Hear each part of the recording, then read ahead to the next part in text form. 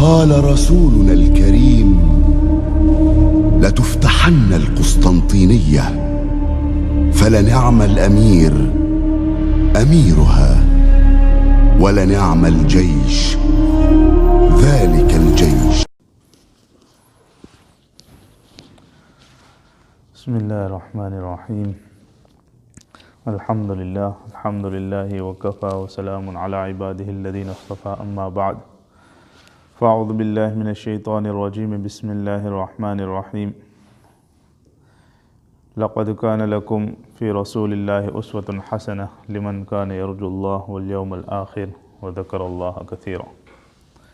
وقال عليه الصلاة والسلام لتفتحن القسطنطينية فلنعم الأمير أميرها ولنعم الجيش ذلك الجيش أو كما قال عليه الصلاة والسلام.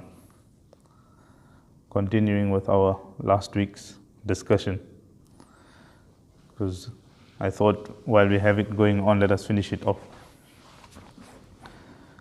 So we were discussing about Muhammad Al-fatih, the seventh ruler of the Ottoman Empire, the one who actually received the title of Al-Fatih. So before we come to him, we mentioned how his father made his tarbiyah, Murad al-Thani, and how he took care that he gets the right education and he gets the right teachers. This is also something we need to consider for our children, that we need to ensure where they're getting their knowledge from. Sometimes the child is sitting whole day on the iPad, on the laptop, on YouTube. Then later on, parents don't question, because we trust the child. Everyone thinks that, I think my children are angels. Everyone thinks like that. Especially when they're innocent, they're young, 8, 9, 10, 12 years old. But before we know it, they're getting information from somewhere. They're learning from someone, whether it's online or they're following certain channels or certain websites. And then by the time parents realize, or we as guardians, we realize, sometimes it's too late. That's why sometimes even in class I ask, when classes used to be on, I used to ask the children, what do you do? Which websites you're looking at online, etc.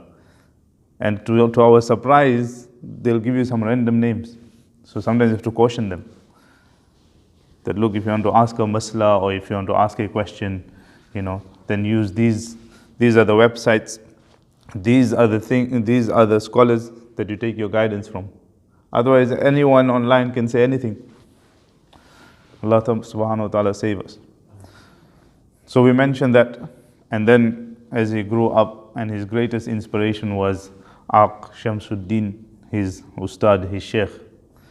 Murad al-Thani himself, he also wanted to be part. We mentioned that many Ottoman leaders wanted to take part in this prophecy of the Prophet ﷺ. And not only the Ottomans, even the Sahaba radiallahu anhum themselves, they wanted to be part of this prophecy of Rasulullah ﷺ, that فَلَنِعْمَ الْأَمِيرُ أَمِيرُهَا, that this expedition that will take place, the leader of it will be the best of leaders.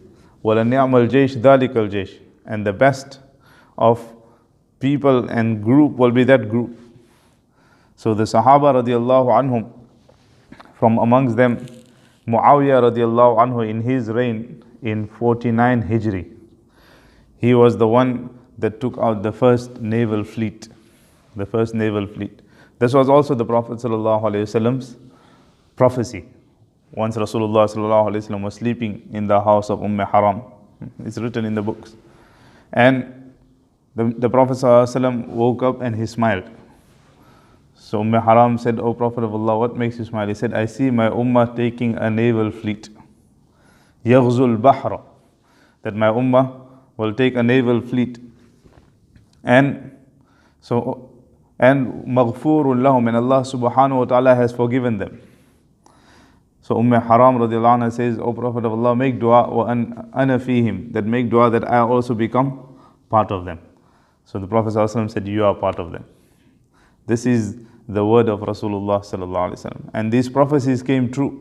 When Muawiyah radiallahu anhu took out his first naval fleet, Sahaba radiallahu anhum participated, and Umme Haram radiallahu anha was part of it. And then she passed away here in Greece, and her grave is there. The people, when they go till now, whether Muslims or non-Muslims, they say this is a blessed lady, this is a godly lady. And even the non-Muslims go there and they make dua. They feel that when we come here, our du'as are accepted. God will listen to us. This is the respect Allah subhanahu wa ta'ala had given to the Sahaba radiallahu anhu. Then the Prophet ﷺ slept again, fell off to sleep again in the same incident. And then Nabi Karim ﷺ woke up and smiled. And then the Prophet ﷺ asked, Haram asked that, "O Nabi of Allah, what makes you smile?" He said, "I seen my ummah taking a naval fleet going towards Constantinople wa maghfurun lahum." And the first awwalu jayshin, there's two narrations. Awwalu jayshin yaghzu al-bahra wa yaghzu qaysara maghfurun lahum. And the other one is awwalu jayshin yaghzu al-bahra ila Constantinople maghfurun lahum. Both these narrations, some say one is right, some say the other is right, some say both are right. So nevertheless, there is a prophecy. So the Sahaba radiallahu anhum wanted to be part of it. So Umme Haram said, "O Nabi of Allah, make dua, I'll be part of that also." From this we come to know that Sahaba radiallahu anhum, their desire was not tourism, or their desire was not just going around the world and taking victory after victory. Their desire was to earn the pleasure of Allah and to be forgiven by Allah so they can enter into Jannah. That was their desire. And their desire was, how can this true message of deen and the true message of Rasulullah sallallahu alaihi wasallam spread to the four corners of this world. That was it. No material gain. They had no interest in anything materialistic. So she said, make dua, I be part of them also, because you're saying maghfurul lahum, I will be forgiven and they will be forgiven. So Rasulullah sallallahu alaihi wasallam said, no, you will be part of the first one. And history tells that when the first naval fleet went, Umme Haram radiallahu anha, she boarded and she did not make it and she passed away on the journey. The second naval fleet that went in 49 AH towards Constantinople, 49 Hijrah. In there also Sahaba radiallahu anhu took part in large numbers, because they knew that the prophecy of the Prophet sallallahu alaihi wasallam has come true. And this was led by Yazid Bin Muawiyah radiallahu anhu. And one of the famous Sahabis we all know, Ayyun Ansari radiallahu anhu, was part of this. At a very old age, he became part of this. He said, take me. People told him that, look, you are old, you don't have, you went in expeditions with the Prophet sallallahu alaihi wasallam, and you done so much of mujahada, so much of struggles, and you strove for Rasulullah sallallahu alaihi wasallam. Now you can relax in Medina. He said, no, I want to be part of this one. So they took him. While he wasn't well on his journey, he became unwell. And while they were advancing towards the walls of Constantinople, he passed away. Just before he passed away, Yazid came to him and he said that, do you have any desire or any wish that you want me to implement or fulfill within my reigns? So Ayyun Ansari R.A told him that after I pass away, tell the people to carry me, don't bury me here. Take me as further as you can, close to the walls of Constantinople, close to the walls of Constantinople, and bury me there. So Yazid done this. And he took him right, the Sahaba, although arrows were showering upon them, and they took right near the wall of Istanbul, what we say at the moment, of Constantinople, and buried him there. When Caesar heard about this, he sent a message to Yazid. Obviously, we don't have time, you see, that's the problem. We need to do one whole bayan just on how strong this fort was of Constantinople. Its walls, and who built these walls, and how the agriculture system and how the civilization of the city was running. They were independent. They have made such a city that they did not need anyone around them. So they said if aid was not supplied to the city up to 5 years, they would still survive. So if there was a siege, and for 5 years, if someone had to siege them, or if an army had to have to seize and put sanctions on them for 5 years, they would still survive. That's how Allah subhanahu wa ta'ala had given them that bounties and those abilities. So when Caesar heard of this, he said, Yazid, you are not as smart as your father Muawiyah. He sent a message. He said, why? He said, you have buried one of your leaders and one of your, buzrugs, one of your elders, right near my wall. Don't you think I will remove his body? So he said, I will remove the body of this man, and na'udhu billah, he said, I will feed it to the dogs of my city. When Yazid heard this, he sent a message.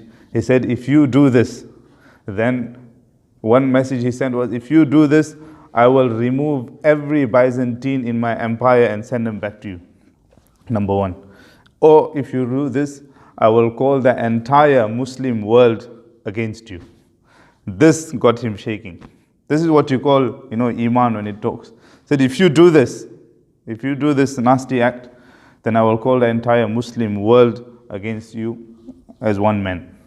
So this got him shaking. He actually deployed 2 guards to guard the grave of Abu Ayyun Ansari R.A. till however long he could. This was Sahaba radiallahu anhum. Nevertheless, they could not make it. They could not conquer Constantinople, but they still got the basharat and the prophecy of Rasulullah sallallahu alaihi wasallam that they were the first naval fleet that went towards Constantinople, that went towards Constantinople, and they all were given maghfurul lahum. That's why people in bayans or even elsewhere, when they do lanat on Yazid, this is wrong. We should not do any Islamic leader as long as he was truly a Muslim and there's evidence that this person was Muslim. Why should we do lanat on them? Why should we curse them?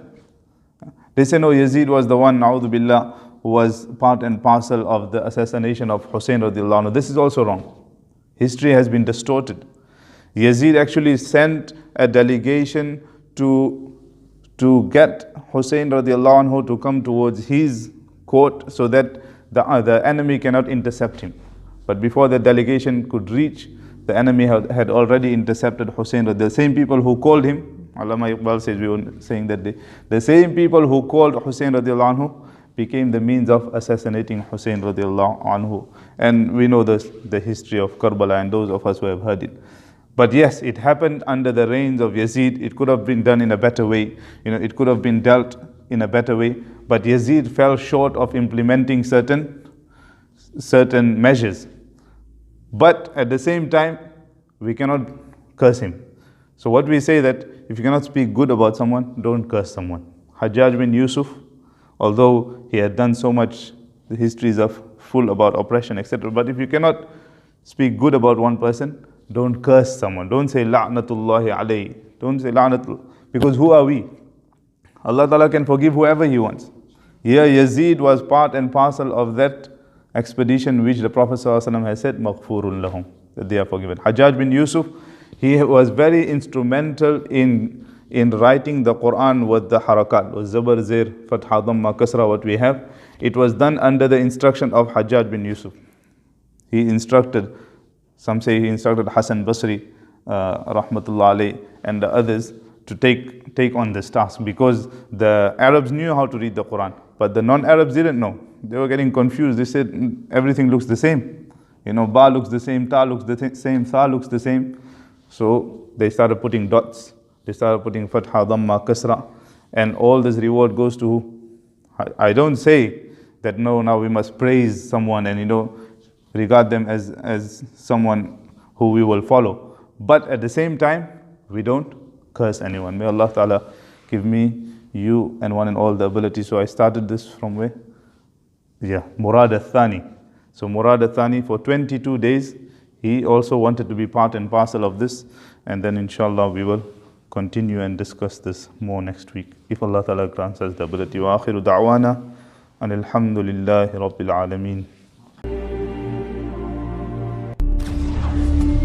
قال رسولنا الكريم لتفتحن القسطنطينية فلنعم الأمير أميرها ولنعم الجيش ذلك الجيش.